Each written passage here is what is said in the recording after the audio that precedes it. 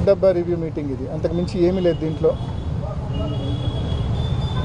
మేము ఈ డిఆర్సీలో ప్రధానంగా మేమందరం కూడా ఒకే మాటగా లేవనెత్తిన అంశము, గడిచిన కొన్ని రోజులుగా రాయలసీమ ఎత్తిపోతల పథకానికి సంబంధించి ఏదైతే పరిణామాలు జరుగుతూ ఉన్నాయో, తెలంగాణ ముఖ్యమంత్రి గారు మాట్లాడిన తర్వాత తాను ఆంధ్రప్రదేశ్ ముఖ్యమంత్రిగా చంద్రబాబు నాయుడు గారు మేమిద్దరం క్లోజ్డ్ రూమ్లో కూర్చొని రాయలసీమ ఎత్తిపోతలకు పూర్తిగా సమాధి కట్టేసినాము, పూర్తిగా పనులు ఆపిచ్చేసినామని చెప్పి తెలంగాణ అసెంబ్లీ సాక్షిగా రేవంత్ రెడ్డి గారు ఏదైతే మరి స్పష్టం చేశారో, ఆ మాట చెప్పినప్పటి నుంచి కూడా రైతుల్లో తీవ్రమైన అభద్రతాభావము, ఆందోళన ఉన్నాయి. రైతుల అభద్రతాభావము, రైతుల ఆందోళనను డిఆర్సీ ద్వారా ప్రభుత్వం దృష్టికి తీసుకెళ్లేందుకే మేమందరం వచ్చాం. మరి ముఖ్యంగా ఈరోజు మాకు ఎటువంటి అసలు ఏమాత్రం కూడా మా వాదన వినే పరిస్థితి కూడా అక్కడ కనిపించలేదు. ఈరోజు ప్రతి రైతుల్లో కూడా ఆందోళన ఉంది. వర్షాలు బాగా పడినప్పుడు, శ్రీశైలంలో ఫ్లడ్ డేస్ ఎక్కువ ఉన్నప్పుడు తెలంగాణ పవర్ జనరేట్ చేసిన, తెలంగాణ ఎత్తిపోతల పథకాల్లో నీళ్లు ఎత్తిపోసుకున్న మనం గ్రావిటీ ద్వారా తీసుకోవచ్చు. ఏది వర్షాలు బాగా పడినప్పుడు, ఫ్లడ్ డేస్ దాదాపు 150-180 రోజులు ఫ్లడ్ డేస్ ఉన్నప్పుడు ఇది సాధ్యం. కానీ ఫ్లడ్ డేస్ తక్కువ ఉన్నప్పుడు మన పరిస్థితి చాలా ఘోరంగా ఉంటుంది. మన ప్రాంతానికి 111 టీఎంసీలు రావాలా, ఎస్ఆర్బీసీకి సంబంధించి 19 టీఎంసీలు రావాలా, తెలుగుగంగకు సంబంధించి 39 టీఎంసీలు రావాలా, జిఎన్ఎస్ఎస్కి సంబంధించి 38 టీఎంసీలు రావాలా, చెన్నై డ్రింకింగ్ వాటర్కు 15 టీఎంసీలు రావాలా, కేసీ కెనాల్ ఏదైతే ఇక్కడ మనం శ్రీశైలం నుంచి మనం తీసుకుంటామో దానికి 10 టీఎంసీలు రావాలా, మొత్తం 111 టీఎంసీలు నీళ్ళు మనకు రావాలా. మొత్తం కేసీ కెనాల్ రైతాంగం, జిఎన్ఎస్ఎస్ కింద ఆయకట్టు రైతాంగం, తెలుగుగంగ ఆయకట్టు అంటే బ్రహ్మం సాగరు, SR1, SR2 రైతాంగం, ఇన్ని లక్షల మంది రైతులు వీటి మీద ఆధారపడి ఉన్నారు. మరి ఇంత పెద్ద అంశాన్ని ఏమాత్రం అంటే మేము చర్చ మొదలు పెడితే 2 నిమిషాలు మా వాదన వింటనే రివర్స్ ఎదురుదాడికి మళ్ళా మేము సమాధానం ఇస్తే డైవర్షను. కేవలం ఎదురుదాడి, డైవర్షన్ తప్ప ఏమీ లేదు ఇక్కడ. ఏ సమస్యలు ఏవనెత్తినా ఇంతే. మరి ఈ డిఆర్సీ మీటింగ్లు ఎందుకో మరి అర్థం కాని పరిస్థితి. మరి ఇవాళ కూడా రైతుల తరపున రైతులు ఏదైతే ఆందోళన పడుతూ ఉన్నారో, ఓ పక్క తెలంగాణ పవర్ జనరేషన్ అనే పేరుతో నీళ్లు కిందికి వదులుతూ ఉంది, ఓ పక్క పాలమూరు రంగారెడ్డి దిండి ఎత్తిపోతల నుంచి వాటరు రోజుకు 3 టీఎంసీలు పంప్ చేస్తే 5-6 టీఎంసీలు వచ్చే ఫ్లడ్ ప్రతిరోజు తెలంగాణ ప్రాంతానికే పోతే ఎప్పుడు నీళ్లు 880 లెవెల్కి రావాలా, ఎప్పుడు 854 లెవెల్కి రావాలా, ఎప్పుడు మన ప్రాంతానికి నీళ్లు రావాలా? 854 అడుగులు పైకి పోతేనే కదా మనకు కనీసం 7000 క్యూసెక్లన్నా వచ్చేది. ఈ ప్రాబ్లం దృష్టిలో పెట్టుకొని గతంలో దివంగత ముఖ్యమంత్రి డాక్టర్ వైఎస్ రాజశేఖర రెడ్డి గారు పోతిరెడ్డిపాడు 11,000 ఉంటే సరిపోదు, ఫ్లడ్ బాగా ఉన్నప్పుడు శ్రీశైలంలో 880 ఫీట్ లెవెల్ ఉన్నప్పుడు పెద్ద ఎత్తున నీళ్లు డ్రా చేసుకోవాలా అని చెప్పి పోతిరెడ్డిపాడు హెడ్ రెగ్యులేటర్ను 44,000 క్యూసెక్లకు ఆనాడు రాజశేఖర రెడ్డి గారు పెంచి ఒక గొప్ప నిర్ణయం తీసుకున్నారు. ఆ నిర్ణయం వల్లనే ఫ్లడ్ డేస్ బాగా ఉన్నప్పుడు మనం పెద్ద ఎత్తున మన ప్రాంతానికి నీళ్లు తీసుకోగలుగుతూ ఉన్నాం. ఆ తర్వాత జగన్మోహన్ రెడ్డి గారు వచ్చిన తర్వాత మారిన పరిస్థితుల దృష్ట్యా ఒక పక్క తెలంగాణ ప్రభుత్వము వాళ్ళ రాష్ట్రం ఏర్పడిన తర్వాత ఇష్టం వచ్చినట్టు పవర్ జనరేట్ చేస్తూ ఉంది. ఆ గతంలో ఒకే రాష్ట్రం ఒకే మాట, ఇప్పుడు రాష్ట్రాలు 2 అయిపోయిన తర్వాత తెలంగాణ ప్రభుత్వం వాళ్ళ ఇష్టం వచ్చినట్టు వాళ్ళు పవర్ జనరేషన్ చేస్తూ ఉన్నారు. వాళ్ళ ఇష్టం వచ్చినట్టు వాళ్ళు లెఫ్ట్ కెనాల్ నుంచి మరి ఎత్తిపోతల పథకాలు నిర్మించుకుంటూ పోతూ ఉన్నారు. మరి అదే జరిగితే మనకు హక్కుగా రావాల్సిన నీళ్లు, మనకు అలొకేషన్ చేయబడ్డ 111 టీఎంసీల నీళ్లు మనం డ్రా చేసుకోవడం అనేది అసాధ్యమైన పరిస్థితి వస్తుంది. కాబట్టి చదరంగంలో ఎత్తుకు పై ఎత్తు ఎలా వేస్తారో తెలంగాణ ప్రభుత్వం ఎత్తులకు పై ఎత్తు జగన్మోహన్ రెడ్డి గారు వేసి వాళ్ళు అనుమతులు లేకుండా ప్రాజెక్టులు ఏ రకంగా ముబ్బడిగా కట్టి నీళ్లు ఎత్తిపోసే ప్రయత్నం చేశారో మనం కూడా రాయలసీమ ఎత్తిపోతల పథకం ద్వారా రోజుకు 3 టీఎంసీల నీళ్లు 800 అడుగుల్లోనే రోజుకు 3 టీఎంసీల నీళ్లు తీసుకొని తద్వారా మన ప్రాంత రైతాంగం యొక్క ఇంట్రెస్ట్ను, మన ప్రాంత వ్యవసాయాన్ని ప్రొటెక్ట్ చేయాలని చెప్పి జగన్మోహన్ రెడ్డి గారు 2020లో దాదాపు ఆ ప్రాజెక్టు మొదలుపెట్టి ఎన్ని ఇబ్బందులు వచ్చినా దాదాపు 950 కోట్ల రూపాయలు ఆ ప్రాజెక్టు కోసం ఖర్చు కూడా చేయడం జరిగింది. మేము ఇవాళ డిఆర్సీ మీటింగ్లో అడిగింది వీళ్ళని ఒకటే, మీరేం చేసినారని చెప్పి మమ్మల్ని క్వశ్చన్ చేసినారు వాళ్ళు. మేము ఒకటే చెప్పినాం, జగన్మోహన్ రెడ్డి గారు ఈ ప్రాజెక్టు యొక్క ఉద్దేశం, ఈ ప్రాజెక్ట్ ఉద్దేశం ఎక్స్ప్లెయిన్ చేసిన తర్వాత ఈ ప్రాజెక్టు కోసము ఈ పునాదిరా వేసిన తర్వాత 950 కోట్ల రూపాయలు మేము ఏం చేసినాము, ఈ నుంచి మీరు ముందుకు తీసుకెళ్ళండి, ఆ దిశగా మాకు స్పష్టమైన హామీ ఇవ్వండి ప్రభుత్వం తరపున అంటే ఆ హామీ మాత్రం ఇవ్వరు. కేవలం ఎదురుదాడి, కేవలం డైవర్షను. రాయలసీమ ఎత్తిపోతల పథకాన్ని ముందుకు తీసుకెళ్తామన్న హామీ మాత్రం ఈ ప్రభుత్వం ఇవ్వని పరిస్థితి. నిన్నటి దినాన సాక్షాత్తు మరి మంత్రి గారు, ఇరిగేషన్ మంత్రి గారు చెప్తా ఉన్నారు ఈ ప్రాజెక్టే నిరుపయోగమని. ఆయనకు బుర్ర ఆడుందామని నాకైతే తెలియదు, కానీ ఈ ప్రాజెక్టే నిరుపయోగం అంట. ఆల్రెడీ 798 ఫీట్లో ముచ్చుమర్రు ఉంది కదా అంటాడు. 798 ఫీట్లో ముచ్చుమర్రు నుంచి మనం డ్రా చేసేది ఎంత? 1000 క్యూసెక్కులు. రాయలసీమ ఎత్తిపోతల పథకం ద్వారా మనం డ్రా చేయబోయేది ఎంత?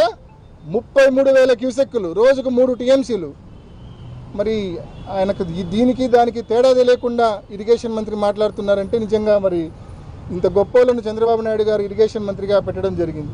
మరి తప్పకుండా ఈ ప్రభుత్వాన్ని మరి రాబోయే రోజుల్లో వైఎస్ఆర్ కాంగ్రెస్ పార్టీ తరఫున ఉధృతంగా ప్రశ్నిస్తాం.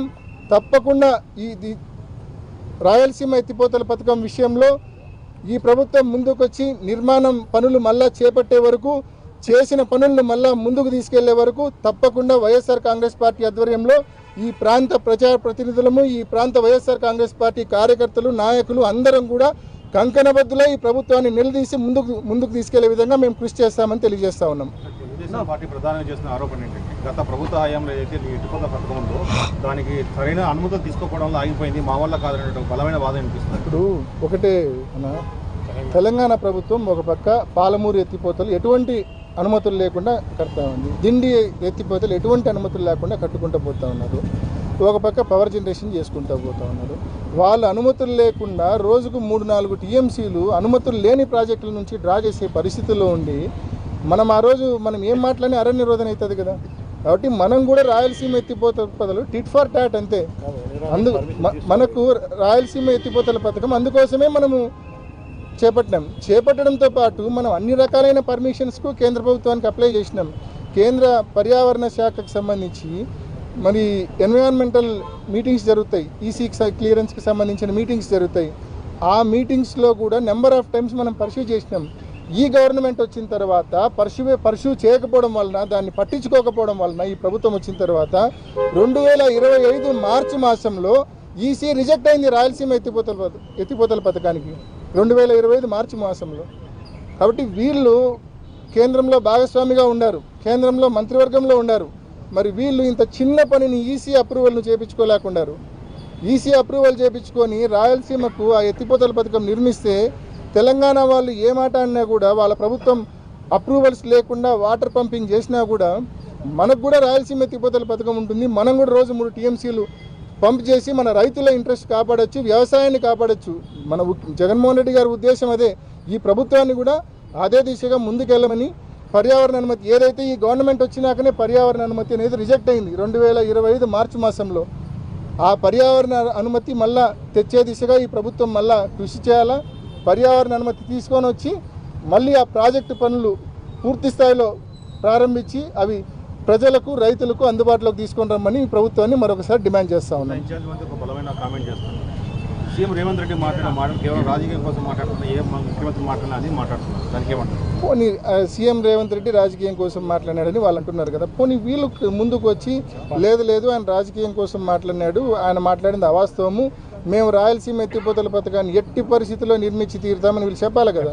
ఏం చెప్తాను మంత్రి? రాయలసీమ ఎత్తిపోతల నిరుపయోగం అన్నాడు కదా ఇరిగేషన్ మంత్రి. మరి తెలంగాణ ముఖ్యమంత్రి వీళ్ళు అంతా సింక్లో ఉండే మాట్లాడుతున్నారు. ఎక్కడ వీళ్ళు పర్ఫెక్ట్ సింక్రనస్గా ఉండే మాట్లాడుతున్నారు వీళ్ళు. ఎక్కడే కానీ మనం వాళ్ళ మాటలు నమ్మితే మనము అవుతాం, మునిగిపోతాం మనం అంతే. దీనికి నిరసనగా అంటే మేము ఎంతసేపు ప్రశ్న ఇచ్చినా కూడా వాళ్ళ నుంచి మాకు స్పష్టమైన హామీ రాకపోగా కేవలం ఎదురుదాడి, కేవలం డైవర్షను. మేము ఇది అడిగితే ఎప్పుడో పట్టిసీమ కట్టినాడు కదా అంటారు ఒక ఎమ్మెల్యే. ఇప్పుడు పట్టిసీమని నేను చెప్పిన దానికి పట్టిసీమ కట్టినాడబ్బా సంతోషము, పట్టిసీమ నీళ్లు సేవింగ్ రాయలసీమ నుంచి తీసుకోవాలని చెప్పి చెప్తున్నారు కదా, శ్రీశైలం నుంచి తీసుకోవాలని చెప్తున్నారు కదా. శ్రీశైలం నీళ్లు పట్టిసీమ నుంచి సేవింగ్ నీళ్లు మనం తీసుకోవాలన్నా కూడా రేపొద్దున తెలంగాణ వాళ్ళు ఇబ్బడిగా పవర్ జనరేషను లేకుంటే ఈ పర్మిషన్లు లేని ప్రాజెక్టుల నుంచి నీళ్లు పంపింగ్ చేస్తే ఆ సేవింగ్ నీళ్ళు కూడా తీసుకోవాలంటే మనం తీసుకోలేం కదా. ఏది ఏమైనా మనం నీళ్లు డ్రా చేసుకోవాలంటే కనుక వాళ్ళకు పోటీగా మనం కూడా టిట్ ఫర్ టాట్ మనం ఈ ప్రాజెక్ట్ కంప్లీట్ చేసుకోవాలా. వాళ్ళు ఆపరేట్ చేస్తే మనం కూడా 3 TMCలు పర్ డే ఆపరేట్ చేసి తీసుకునే పరిస్థితిలో మనం ఉండాలా. అప్పుడే పట్టిసీమ సేవింగ్ నీళ్ళైనా తీసుకోగలము, లేకుంటే మనకు హక్కుగా ఉన్న 111 TMCలైనా మనం తీసుకోగలము. అదర్వైజ్ నీళ్ళు అనేటివి తీసుకునే పరిస్థితి ఉండదు. ఇప్పుడు దాని విలువ ఎప్పుడు తెలుస్తుందంటే, రాయలసీమ ఎత్తిపోతల పథకం యొక్క విలువ ఎప్పుడు తెలుస్తుందంటే, గడిచిన 3-4 సంవత్సరాలుగా 5 సంవత్సరాలుగా వర్షాలు బాగున్నాయి. ప్రాజెక్టులకు అంటే శ్రీశైలానికి కనీసం 150 రోజులు ఫ్లడ్ డేస్ ఉన్నాయి. అంటే నెంబర్ ఆఫ్ ఫ్లడ్ డేస్ ఎక్కువ ఉన్నాయి కాబట్టి, ఇన్ఫ్లోస్ చాలా బాగున్నాయి కాబట్టి మనకి సమస్య కనిపించడంలా. మన టైం బాగాలేక ఎప్పుడన్నా 1 సంవత్సరమో 2 సంవత్సరాలు 3 సంవత్సరాలు కరువు వస్తే మాత్రము, ఫ్లడ్ డేస్ శ్రీశైలంలోకి బాగా తగ్గితే మాత్రము రాయలసీమ ఎత్తిపోతల ఈ పథకం యొక్క విలువ మనకు ఆ రోజు తప్పకుండా తెలుస్తుంది. కాబట్టే ఈ ఆలోచించే జగన్మోహన్ రెడ్డి గారు ఆ పనులు మొదలుపెట్టారు. ఖచ్చితంగా ఆ పనులను ముందుకు తీసుకొని వెళ్ళి ఈ ప్రభుత్వం కంప్లీట్ చేసి మన మన మన రైతాంగానికి కష్టకాలంలో ఈ కరువు కాలం వచ్చినప్పుడు మన రైతాంగాన్ని కాపాడే దిశగా ఈ పథకం మనకు ఉపయోగపడాలి. ఈ ప్రభుత్వం యొక్క రెస్పాన్స్ ఇంకా ముఖ్యమంత్రి గారు ఇంకా ఈ ప్రభుత్వం యొక్క రెస్పాన్స్ ఇంకా రాబోయే రోజుల్లో చూస్తాము. తప్పకుండా ఈ ప్రాంతానికి సంబంధించిన ప్రజాప్రతినిధులము, ఈ ప్రాంతానికి సంబంధించిన వైఎస్ఆర్ కాంగ్రెస్ పార్టీ నాయకులము, కార్యకర్తలము రైతులకు తోడుగా నిలబడతాము. ఈ ప్రాజెక్టు పనులు పూర్తయ్యే దిశగా ఖచ్చితంగా రైతులకు తోడుగా నిలబడతాము.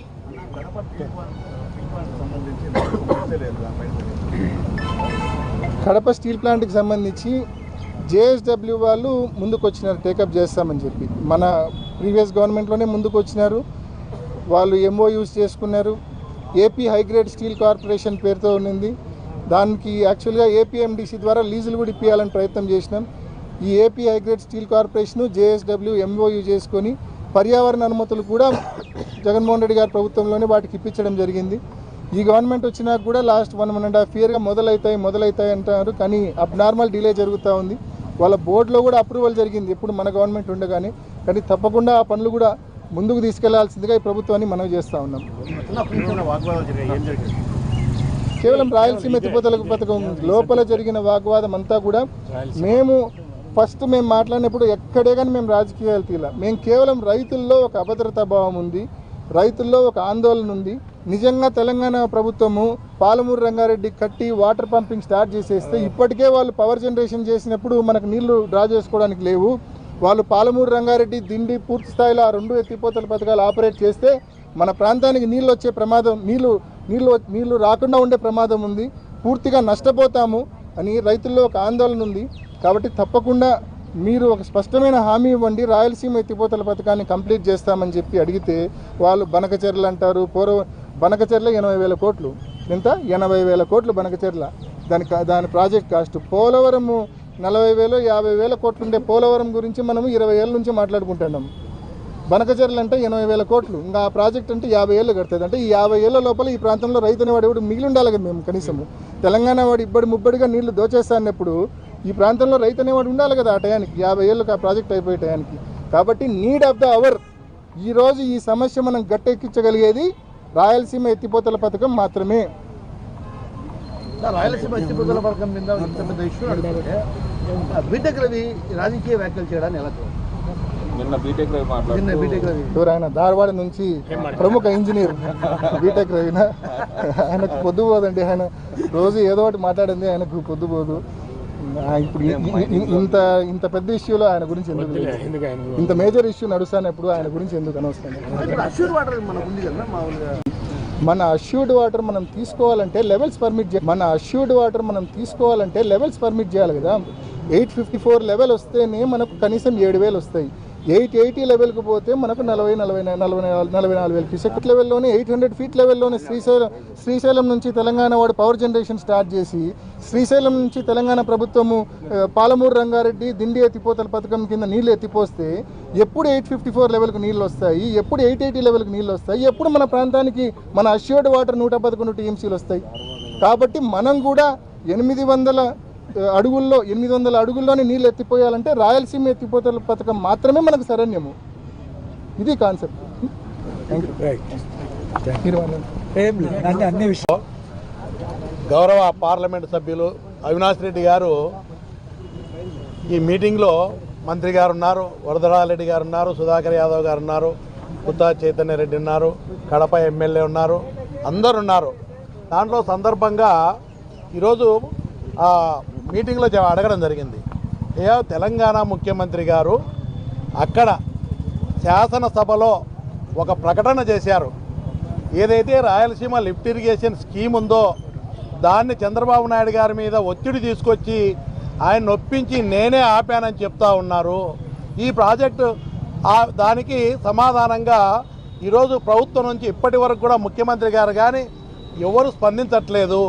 అదేవిధంగా నిన్న ఇరిగేషన్ మినిస్టర్ గారు స్టేట్మెంట్ చూస్తే రాయలసీమ ఎత్తిపోతల పథకమే ఇది అనవసరమైన పథకము, దీనివల్ల ఉపయోగం లేదు, డబ్బులు అనవసరంగా వృధా చేయడం తప్ప ఉపయోగం లేదని చెప్పి చాలా దుర్మార్గమైన స్టేట్మెంట్ ఇచ్చాడు. ఈ రాయలసీమ ప్రాంతానికి మీరు ఒక్కసారి చూడండి, మైలవరం రిజర్వాయర్లో కట్టి 40 ఏళ్ళైనా నీళ్లు తాగేదానికి కూడా నీళ్ళు లేని పరిస్థితి. ఈరోజు ఆ మైలవరం రిజర్వాయర్కు 5-6 సంవత్సరాల నుంచి నీళ్ళు వస్తున్నాయంటే ఆ రోజు రాజశేఖర రెడ్డి గారు 11,000 క్యూసెక్స్ నుంచి 44,000 క్యూసెక్స్లకు సామర్థ్యాన్ని కృష్ణా జలాలను తీసుకోవడం వల్లనే ఈరోజు గండికోట వీళ్ళు చెప్తున్నారు అన్ని రిజర్వాయర్లు నిండినాయి, నీటితో ఉన్నాయి. నిజమే, ఎందుకున్నాయి? 44,000 క్యూసెక్లకు రాజశేఖర రెడ్డి గారు ఆ రోజు సామర్థ్యాన్ని పెంచుతూ ఉంటే మన రాష్ట్రంలో కొంతమంది అభ్యంతరం చెప్పినారు, తెలంగాణ అడ్డుపడింది. అయినా కూడా రాజశేఖర రెడ్డి గారు లెక్క చేయకుండా నాకు అన్ని ప్రాంతాలు సమానమే, రాయలసీమ ప్రాంతానికి అదేవిధంగా నెల్లూరుకి సోమశిలకు అన్ని ప్రాజెక్టులకు గండికోటకు నీళ్లు కావాలన్నా, కేసీ కెనాల్కి కావాలన్నా, తెలుగంగకు కావాలన్నా అన్నిటికీ ముఖ్యం కృష్ణా వాటరే. కాబట్టి 40,000 క్యూసెక్ల సామర్థ్యాన్ని పెంచినాడు. కాబట్టే ఈరోజు ఈ మంత్రులు చెప్తున్నారు నీళ్లు ఉన్నాయంటే ఎందుకున్నాయి ఈ రిజర్వాయర్లో. రాజశేఖర రెడ్డి గారు ఆ రోజు ధైర్యంగా నిర్ణయం తీసుకున్నారు. ఎంతమంది అడ్డుపడినా కూడా ఆ రోజు కూడా కుట్రలు కుతంత్రాలు చేసి కింది ప్రాంతం వాళ్ళతో కూడా అభ్యంతరాలు పెట్టించారు. తెలంగాణ వాళ్ళు అడ్డుకున్నారు. అయినా కూడా ఆ రోజు ఆ మహనీయుడు రాజశేఖర రెడ్డి చేసినారు కాబట్టే ఈరోజు అన్ని రిజర్వాయర్లో నీళ్లు ఉన్నాయి. ఈరోజు ఇంకొకటి అది లేకపోతే అదే ప్రాజెక్టునై అది మన ఎంపీ గారు చెప్పినట్టు 880 అడుగుల ఎత్తులో నీళ్లు ఉంటేనే 44,000 క్యూసెక్స్ వస్తాయి. 854 అడుగులకు పడిపోయినా 7,000 వస్తాయి. 840 అడుగులకి కిందికి పడిపోతే చుక్క నీరు తీసుకునే అవకాశం లేదు కృష్ణా జలాలు రాయలసీమ ప్రాంతానికి. అయ్యా ఈరోజు మనం ఎందుకు ఆందోళన పడుతున్నాం? రేవంత్ రెడ్డి గారు ఎందుకు స్టేట్మెంట్ ఇచ్చారు?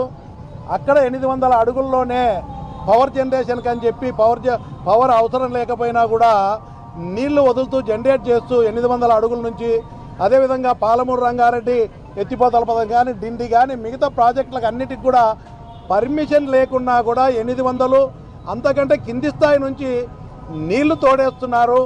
ఈ పరిస్థితిని గమనించి జగన్మోహన్ రెడ్డి గారు ఆయన ఆలోచన చేసి రాయలసీమ ఎడారైపోతుంది, వాళ్ళు అదేవిధంగా తెలంగాణ ప్రాంతం పర్మిషన్ లేకుండా ప్రాజెక్టులు కట్టి నీళ్ళని వాడేస్తున్నారు, దానివల్ల రాయలసీమకు తాగేదానికి కూడా నీళ్ళు లేని పరిస్థితి, రాయలసీమ ఎడారయ్యే పరిస్థితి వస్తుందని చెప్పి ఆలోచన చేసి ఆ రోజు రాయలసీమ ఎత్తిపోతల పథకాన్ని 800 అడుగుల నుంచే నీళ్లు తీసుకునే విధంగా శ్రీశైలం రిజర్వాయర్ నుంచి ఆ రోజు పనులు చేపట్టారు.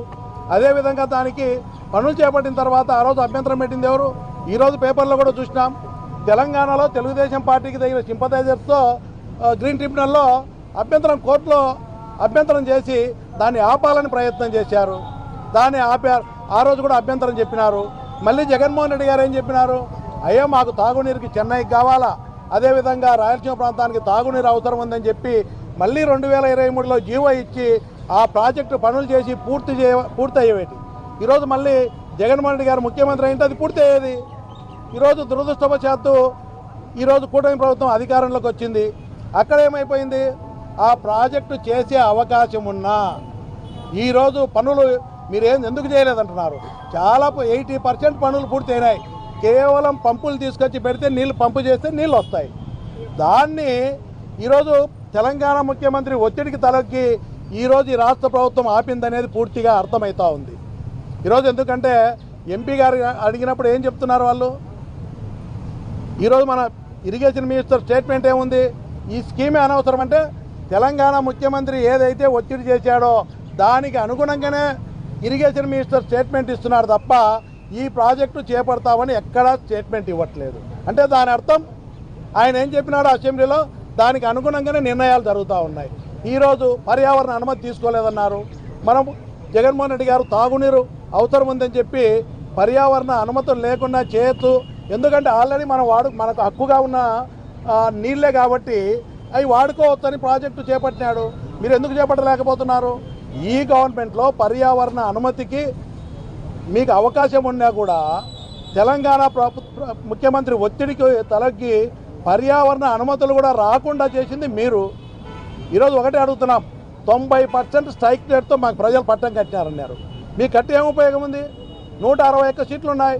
మీరు సపోర్ట్ లేకపోతే కేంద్రం పడిపోతుంది. మీరు చిన్న పర్మిషన్ తీసుకొచ్చేదానికి కూడా ప్రజలను రాయలసీమ ప్రాంతాన్ని ఎడారి చేసైనా పర్వాలేదు కదా, కానీ ఈరోజు తెలంగాణ ముఖ్యమంత్రికి తలగ్గుతా ఉన్నారు.